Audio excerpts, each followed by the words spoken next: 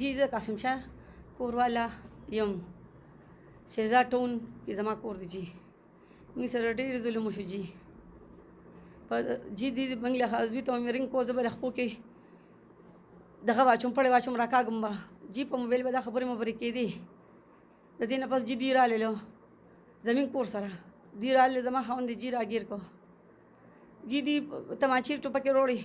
دې نه خپل دې نه جی پلان یې خپل زوی ولګېد جی زه فریاد کوم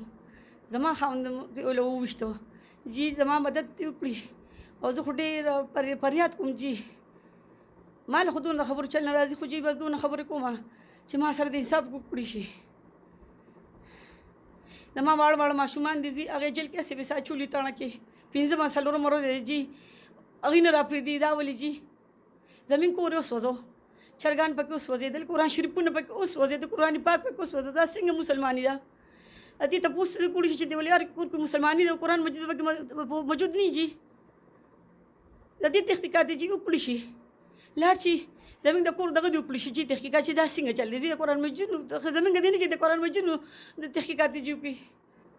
دا ولې پسو جی دا په دې چې بس دا ډزې موضوع شوې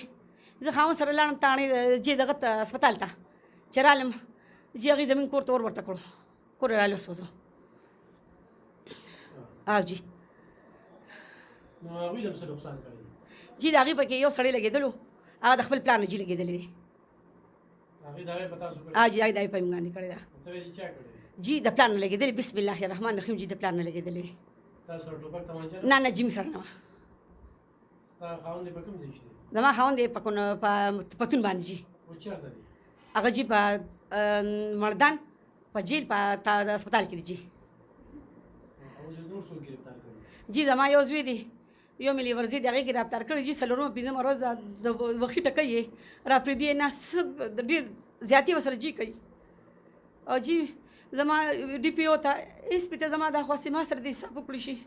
دا کومې تاڼې والي دا تحصیل تاڼې والي جي لانجه به څه راغلی لانجې په زه کم راغلی وه چې بس سړی د شیر عالم دی دی به راغی لیټ په سرو زما بچو ته به وخو دی به ورته وي چې مونږ ته لیټ مه وخه د لیټ د مخې نه خواږه بس دی به خپله بدماشي جي هغې کوله موږ ډېر غریبانان خلک یو موږ د چا جواب نه یو په دې کې تاسو بیا جګړه وکړه او جي هغې کې دغه جګړه وشوه بیا جي دي کې رنګونه به کېدل زما زوی ته چې خپې نه به دې راکاږم خپې ته به پوړې شوم راکاږم به دې جي تاسو په یو بل ډز وکړئ جي موږ ډزې کې ډزې هغې کړي دي جي دې تحقیقات دې وکړي چې ډزې هغې کړي دي اوس تاسو چېرته اوسېږئ موږ اوس لیور کره مې جي راغلي یو خپل کور ته تللی شئ نه چې نه موږ هلته لا نه شو تللی ولې جی ځکه چې هغه کور والا چې دی هغه خو وي هغه دغه چې شو موږ له کور سوځېده یوې تښتېدلي دي جي هغلته موږ د دې شیر محمد شیر عالم نه یېرېږو جي ځکه نه شو تللی تاسو څه ویل غواړئ زه دا ویل غواړم چې ما سره د حساب وکړي او دا دې څه ده دا مې جي دا یور ده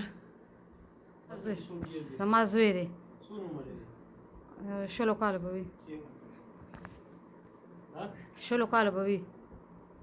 زوی دی هغه هغه بیمار و هغه دی له تپوس راغی چې هغه ترې لګېدلی چې هغه ورغی نو بس هغه یې ونیو بویې ته ټولګي سره یو ځای دی نه نه زموږ دلته دی د سنا های سکول سره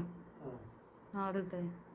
هغه دی له تپوس له ورغی چې ورغه وتره وګورم چې څنګه دی بس هغه یې مونږ بیا څوک پیم نو هغه بیا بوتلو هغه بیمار دی دغه ساعت هسپتال نه ګرده کې زخم دی هغه یې نیولې هغه د سمه یو ته به زوی پته شي دا راغلی دوايان ولا بېګار وړی عمر به څونه یو شلو کاله به وي نه هغه دا بلې چې ګیر کړی دی څه کې مسخانه کې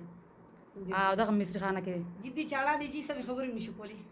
دی زوی دی مصري دی چاړه دی هغه د مصري جي مصري لاړ شي مصري تاک هلته مارکیټ کې جي تحقیقات وشي دې کم کار کوي دغه زما زوی دغه دې وکړي شي چې دې کم